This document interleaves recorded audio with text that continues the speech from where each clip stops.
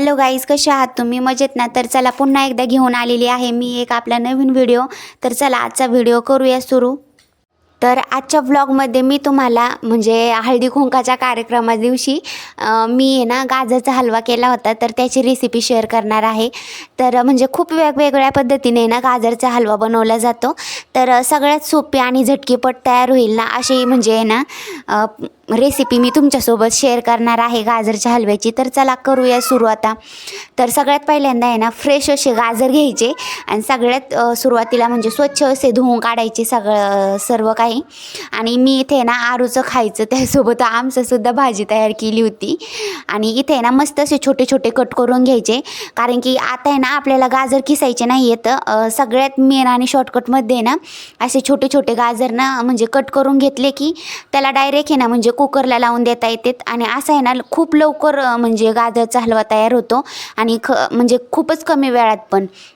तर मस्त असे आहे ना गाजर आहे ना एकदा कुकरला लावून घ्यायचे. म्हणजे कुकरमध्ये आहे ना एक ग्लास म्हणजे छोटा एक ग्लास आहे ना दूध टाकायचं. त्यात नॉर्मल पाणी टाकलं तरी जमन, पण जास्त पाणी टाकायचं नाही कारण की गोड चव येत नाही नंतर मग गाजरला. तर मस्त त्यात आहे ना आपण कट केलेले छोटे छोटे गाजरचे पीस लावून द्यायचे. तर मस्त अशी आहे ना एक शिट्टी होईपर्यंत तरी गाजर ठेवायचे, म्हणजे चांगले उकडून द्यायचे. एक शिट्टी झाली की लगेच काढून घ्यायची. एका शिट्टीमध्येच म्हणजे ना खूप चांगले गाजर शिजून जातात, कारण की छोटे छोटे तुकडे केलेले असतात, यामुळे एका शिट्टीत तर शिजवूनच घेतात लगेच. आणि मस्त असे ना त्यांना म्हणजे संपूर्ण गाजर सगळे ना मॅश करून घ्यायचे. चांगले असे बारीक होईपर्यंत एकदम मॅश करायचं, चांगला मस्त एकजीव होईपर्यंत चांगले. तर मस्त असे ना आता पाहू शकता तुम्ही मी गाजरचा हलवा म्हणजे सगळे ना मॅश करून घेतला होता मस्त असा. तर चांगले एकजीव पण झालेला होता. आणि आता मस्त इथे आहे ना गॅसवर लगेच आहे ना म्हणजे कढई तापण्यासाठी ठेवली.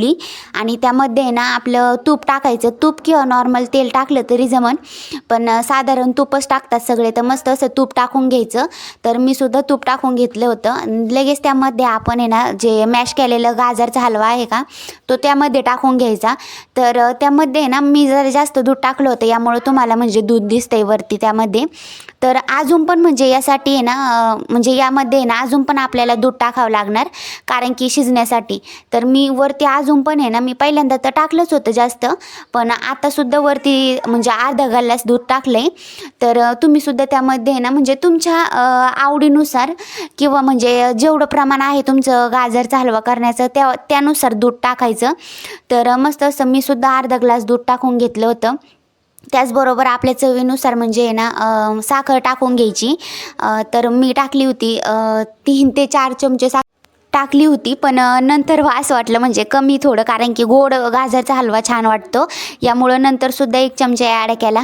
म्हणजे सगळे मिळून 4 ते 4.5 चमचे असं साखर मी टाकली होती, कारण की गाजर एकदम फिक्के असतात. यामुळे आहे ना संपूर्ण गोड हलवा व्हायला ना साखर थोडं जास्तच टाकावं लागते यामध्ये.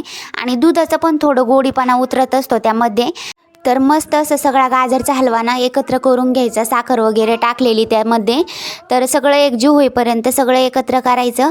आणि नंतर 5-7 मिनटं म्हणजे गॅसवर चांगलं ताट ठेवून द्यायचं. मग पडल्या म्हणजे चांगल्या प्रकारे हलवा आपला एकदम मस्त असा तयार होऊन जाईल. तर मस्त असा आपला गाजरचा हलवा रेडी झालेला होता, पाहू शकतात तुम्ही. तर यामध्ये फक्त वरून किसून आहे ना म्हणजे काजू आणि बदाम टाकायचे राहिलेले होते. तर चला आजचा गाजरच्या हलव्याची रेसिपी तुम्हाला कशी वाटली मला नक्की सांगा कमेंटमध्ये. तर चला भेटूया पुढच्या व्हिडिओमध्ये. तोपर्यंत बाय बाय, सी यू.